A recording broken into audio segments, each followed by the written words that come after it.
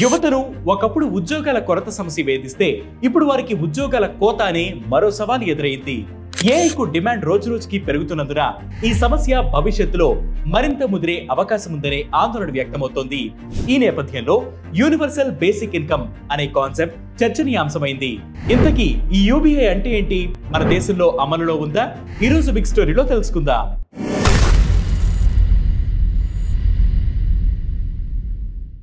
Basic universal income అంటే ప్రతి పౌరుడికి కొంత మొత్తంలో కనీస ఆదాయం దక్కేలా ఆర్థిక సహాయం అందించడం.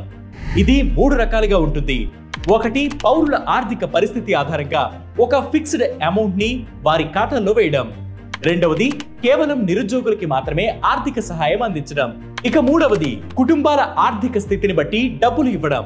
ఉదాహరణకు, దేశంలోని ప్రతి కుటుంబానికి కనీస ఆదాయం నెలకి 10,000గా ప్రభుత్వం నిర్ణయిస్తే అప్పుడు వారి ఆదాయానికి తగినట్టు ఆర్థిక సహాయాన్ని అందించాల్సి ఉంటుంది. అంటే ఇప్పుడు ఆ కుటుంబానికి నెలకు 7,000 వస్తే మిగతా 3,000ను కేంద్రం ఇస్తుంది.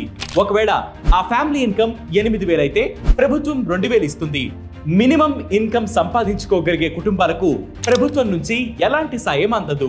ప్రస్తుతం మన దేశంలో రైతులకు, మహిళలకు పలు రాష్ట్ర ప్రభుత్వాలు ఆర్థిక సహాయాన్ని అందిస్తున్నాయి. కేంద్రం సైతం పిఎం కిసాన్, ప్రధానమంత్రి మాతృ వందన యోజన వంటి స్కీమ్స్ అమలు చేస్తోంది. ఇవి యూబీఐ పరిధిలోకే వస్తాయి. అయితే ప్రస్తుతం కేవలం కొన్ని కేటగిరీస్కే పరిమితమైన ఈ యూబీఐని పూర్తి స్థాయిలో తీసుకురావాలనేదే పలువురు నిపుణులు సూచన. విదేశాల్లోనూ ఇప్పటికే ఈ యూబీఐ కాన్సెప్ట్ ప్రయోగాత్మకంగా అమలవుతోంది. ఉదాహరణకు, కెనడా గతంలో కరోనా కారణంగా ఉపాధి కోల్పోయిన వారికి నెలకు $1,400 చొప్పున పంపిణీ చేసింది. కానీ యూబీఐని అమలు చేసినంత మాత్రాన మన సమాజంలో ఆర్థిక అసమానతలు తొలగిపోవని ఆర్థిక నిపుణులు చెబుతున్నారు. యూబీఐ వల్ల మార్కెట్లో డిమాండ్ జనరేట్ అయినా అది ఎక్కువ కాలం నిలవలేదు.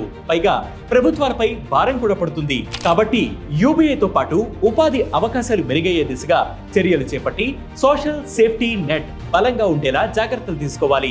ప్రస్తుతం జాబ్ మార్కెట్ లో డిమాండ్ లో ఉన్న నైపుణ్యాలకు, అందుబాటులో ఉన్న నైపుణ్యాలకు పొంతన లేకపోవడం కూడా చిక్కులు తెచ్చిపెడుతోందని విశ్లేషకులు చెబుతున్నారు. ఈ సమస్యకు తగిన చర్యలు తీసుకుంటే ఆర్థిక అసమానతలను అధిగమించవచ్చని సూచిస్తున్నారు. ఈ యూబీఐ మీద మీ అభిప్రాయాన్ని కింద కామెంట్ సెక్షన్ లో మెన్షన్ చేయండి. ఇది వాటి బిగ్ స్టోరీ. ఇలాంటి బిగ్ స్టోరీస్ కోసం ప్రతిరోజు వేటి న్యూస్ యాప్ ని ఫాలో అవ్వండి. దాంతోపాటు వేటి న్యూస్ తెలుగు యూట్యూబ్ ఛానల్ ని సబ్స్క్రైబ్ చేయండి.